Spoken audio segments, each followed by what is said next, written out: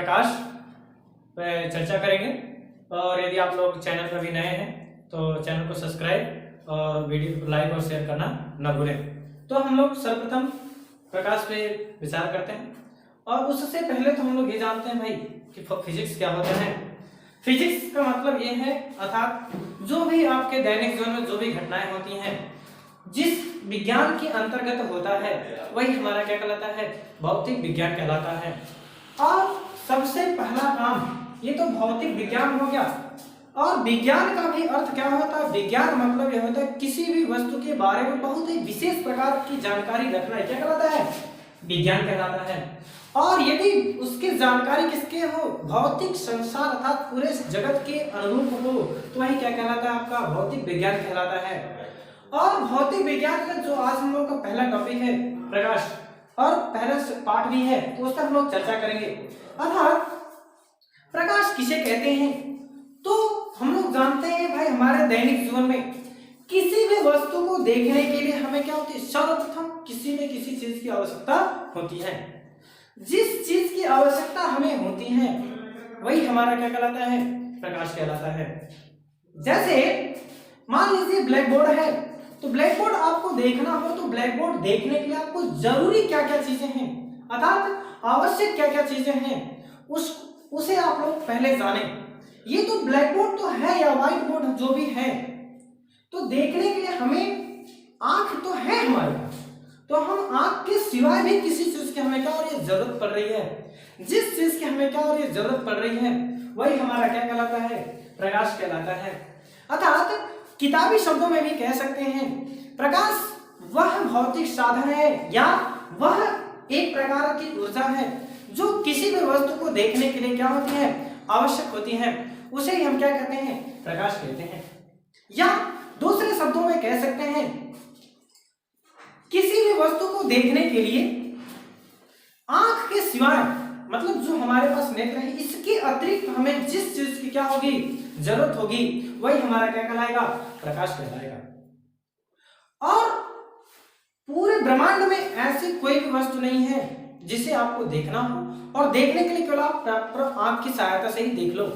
आंख के सिवाय हमें क्या होता है, उजाले की भी जरूरत पड़ती है और उसी उजाले को हम दूसरा नाम दे देते हैं क्या, प्रकाश। अर्थात इसीलिए हम लोग कहते हैं प्रकाश एक प्रकार का क्या है, भौतिक साधन है जिसके द्वारा हम लोग क्या करते हैं, वस्तुओं को देख सकते हैं या समझ सकते हैं या उसकी हम लोग क्या कर सकते हैं, अनुभव या कल्पना कर सकते हैं। अर्थात ये भी कह सकते हैं आसान से शब्दों में प्रकाश ऐसा माध्यम है जिसके द्वारा हम वस्तुओं को क्या करते हैं, देख सकते हैं, वही हमारा क्या है, प्रकाश है। ठीक है। अब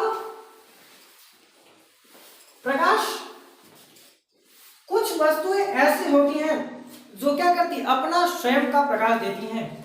जो वस्तुएं अपना स्वयं का प्रकाश देती हैं उन वस्तुओं को हम लोग क्या कहते हैं, दीप्त वस्तुएं कहते हैं। जैसे सूर्य, सूर्य के पास अपना क्या होता है, स्वयं का प्रकाश होता है, इसीलिए उसे क्या कहते हैं, क्या कहते हैं, प्रकाश एक ऐसा साधन है जिसके द्वारा हम क्या कर सकते हैं, वस्तुओं को देख सकते हैं, वही हमारा क्या कहलाता है, प्रकाश कहलाता है। और जिन वस्तुओं के द्वारा अर्थात जिन वस्तुओं में क्या होता है, अपना स्वयं का प्रकाश होता है उसे हम लोग क्या कहते हैं, दीप्त वस्तुएं कहते हैं। जैसे सूर्य जो है, सूर्य के पास अपना क्या है, स्वयं का प्रकाश है। जो अपने स्वयं प्रकाश के द्वारा क्या होता है, प्रकाशवान होता है, उसे हम लोग क्या कहते हैं, दीप्त वस्तुएं कहते हैं। क्या कहते हैं, दीप्त वस्तुएं। और जिन वस्तुओं में क्या होता है, अपना स्वयं का प्रकाश नहीं होता अर्थात जो दूसरे के प्रकाश के द्वारा क्या करते हैं, या उजाला देना प्रारंभ करते हैं या प्रकाश देना प्रारंभ करते हैं, ऐसी वस्तुओं को हम लोग क्या कहते हैं, अदीप्त वस्तुएं कहते हैं। क्या कहते हैं, अदीप्त वस्तुएं। जैसे एग्जांपल में आप कहा जाता है चंद्रमा। चंद्रमा में अपना स्वयं का प्रकाश नहीं होता, वह सूर्य के प्रकाश के द्वारा क्या होता है, प्रकाशवान हो जाता है। और जिसके द्वारा ये क्या करता है, उस ऊर्जा को लेकर के अर्थात उष्मा को लेकर के उष्मा क्या करता है, देना प्रारंभ कर देता है। इसीलिए ये क्या कहलाता है, आपका अदीप्त वस्तु कहलाती है। अर्थात हम कह सकते हैं जिन वस्तुओं में अपना स्वयं का प्रकाश होता है उसे क्या कहते हैं, दीप्त वस्तुएं कहते हैं, और जिन वस्तुओं में अपना स्वयं का प्रकाश नहीं होता उसे क्या कहते हैं, अदीप्त वस्तुएं कहते हैं। ठीक है। अब इसी तरह से अब प्रकाश को हम लोग जानेंगे कैसे, यह भी चीज आवश्यक है भाई। तो प्रकाश को हम लोग क्या महसूस कर सकते हैं, देख नहीं सकते, अर्थात प्रकाश क्या होता है, अदृश्य रूप में चलता है, या प्रकाश एक अदृश्य तरंगों के रूप में क्या करता है, गमन करता है, और उसकी हम लोग क्या कर सकते हैं, कल्पना कर सकते हैं। उसका कोई आकार में आकृति उसकी कोई निश्चित नहीं है। इसीलिए हम कहते हैं कि प्रकाश क्या है, एक प्रकाश की हम लोग केवल कल्पना कर सकते हैं, या प्रकाश स्वयं से क्या होता है, दिखाई नहीं देता, लेकिन उसकी सहायता से हम लोग क्या करते हैं, वस्तुओं को देख सकते हैं। और प्रकाश को कभी कभी पहचानना भी पड़ जाता है कि प्रकाश है कैसे।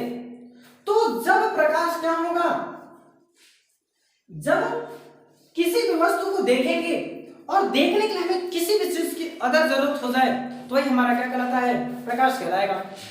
और लक्षण में पहला होता है, देखिए लक्षण क्या होता है, प्रकाश को कभी भी चलने के लिए माध्यम की आवश्यकता नहीं होती, अर्थात प्रकाश को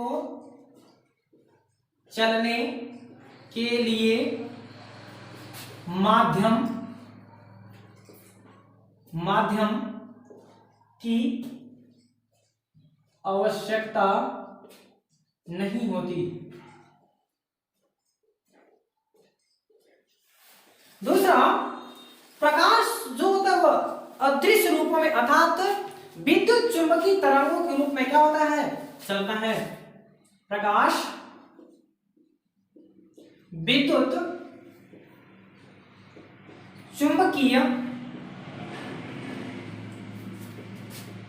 तरंगों के रूप में चलता है। और अगला क्या है,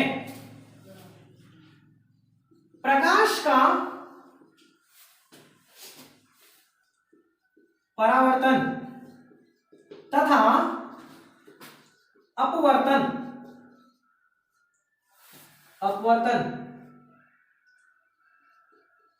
होता है। और अगली पॉइंट है, प्रकाश की चाल निर्वात अथवा वायु में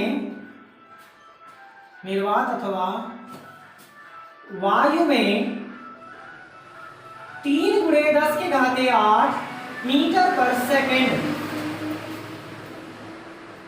होती है। और आसान से कह लेते हैं, प्रकाश का प्रकीर्णन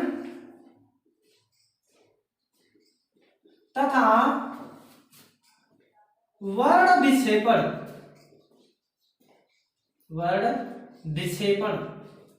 होता है। इसमें दो चीजें नहीं आ चुकी, देख लेते हैं आसान से शब्दों में, उसे भी हम समझ लेते हैं। माध्यम का मतलब यह है कि उसे चलने के लिए किसी भी रास्ते या किसी भी पथ की जरूरत नहीं पड़ेगी, वही है हमारा माध्यम। और विद्युत चुंबकीय तरंगे क्या होती है उसे भी देख लेते हैं। अर्थात विद्युत जिस प्रकार, अर्थात किसी भी चालक में क्या करते हैं, जब हम विद्युत धारा का प्रवाह करते हैं, वह अपने विद्युत धारा के प्रवाह के कारण अपने चारों ओर क्या करता है, एक प्रबल चुंबकीय क्षेत्र स्थापित कर लेता है, और जिसके कारण हमें पता चलता है कि हाँ भाई यहां तक इसका क्या है, एक क्षेत्र स्थापित हो जाता है, और उसी के रूप में क्या होता है, प्रकाश गमन करता है। अर्थात विद्युत चुंबकीय तरंगे श्रृंग अथवा गर्त, या ऐसे कह सकते विलंब तथा संपीड़न के रूप में क्या होता है, चलता है। अर्थात अनुप्रस्थ तथा अनुदैर्ध्य तरंगों के रूप में क्या करता है, प्रकाश गमन करता है। देन अगला, प्रकाश का परावर्तन तथा अपवर्तन। इन छोटी छोटी चीजों को हम लोग इसी में देखते चल रहे हैं, और इसमें जो भी चीजें होंगी अगली नई वीडियो में हम लोग क्या करेंगे, पूरा इसको विस्तार से देख लेंगे। प्रकाश का परावर्तन क्या होता है उसे देखते हैं। जब प्रकाश किसी भी वस्तु से चल करके किसी भी ऐसे तल पर जाकर के टकराए और टकराने के पश्चात उसका संपूर्ण भाग क्या हो अपने उसी माध्यम में लौट जाए, तो यही घटना क्या कहलाती है? प्रकाश का परावर्तन कहलाती है। आसान से शब्दों में कह सकते हैं, प्रकाश जितनी मात्रा में आता है उतनी ही मात्रा अपने उसी ही माध्यम में क्या होता है? लौट जाता है। इसे हम लोग क्या कहते हैं? प्रकाश का परावर्तन कहते हैं। और जहां से वस्तु आती है, जहां पर वस्तु रखी होती है और वस्तु से आने वाली प्रकाश की किरणों को हम लोग क्या कहते हैं? आपतित किरण। आपतित किरण। और जो टकरा करके अपने उसी माध्यम में जाती है उसे क्या कहते हैं? परावर्तित किरण। किरण किसे कहते हैं? जो एक सीधी रेखा में क्या करता है? गमन करता है, उसे हम लोग क्या कहते हैं? किरण कहते हैं। तो सिंगल अर्थात किसी भी समूह के रूप में नहीं चलेगा। यदि प्रकाश पैकेजों अथवा बंडलों के रूप में चलना प्रारंभ कर दे तो वही क्या करता है? प्रकाश पुंज कहलाता है। तो ये सब चीजें विस्तार होती जाएंगी, अर्थात हम लोग आसान से शब्दों में छोटे छोटे टॉपिकों पर डिस्कस करते हुए चलेंगे। और जो जहां पर प्रकाश की किरण क्या होती गिरती है वही हम लोग क्या करते हैं? एक अभिलंब की क्या कर लेते हैं? कल्पना कर लेते हैं।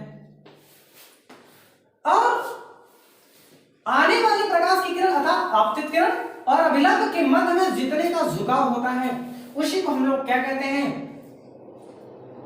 आपतन कोण। क्या कहते हैं? आपतन कोण। इसे हम लोग आई से क्या करते हैं? प्रदर्शित करते हैं। और जब प्रकाश की किरण टकरा करके अपने उसी माध्यम में क्या होती है? चली जाती है, तो उसे हम लोग क्या कहते हैं? परावर्तित किरण। और अभिलंब के मध्य जो बना कोण होता है उसे क्या कहते हैं? परावर्तन। क्योंकि भाई परावर्तन हो रहा है तो परावर्तन ही कोण बनेगा, नहीं कि अपवर्तन कोण बोलते हैं। इसी से हमें एक चीज यह भी निकल करके आता है कि परावर्तन होने के लिए आवश्यक शर्त क्या है? परावर्तन के लिए आवश्यक शर्त यह है कि तल का चिकना होना आवश्यक है। और ये कोई जरूरी नहीं है कि यहां पर केवल मिरर ही रखा हो।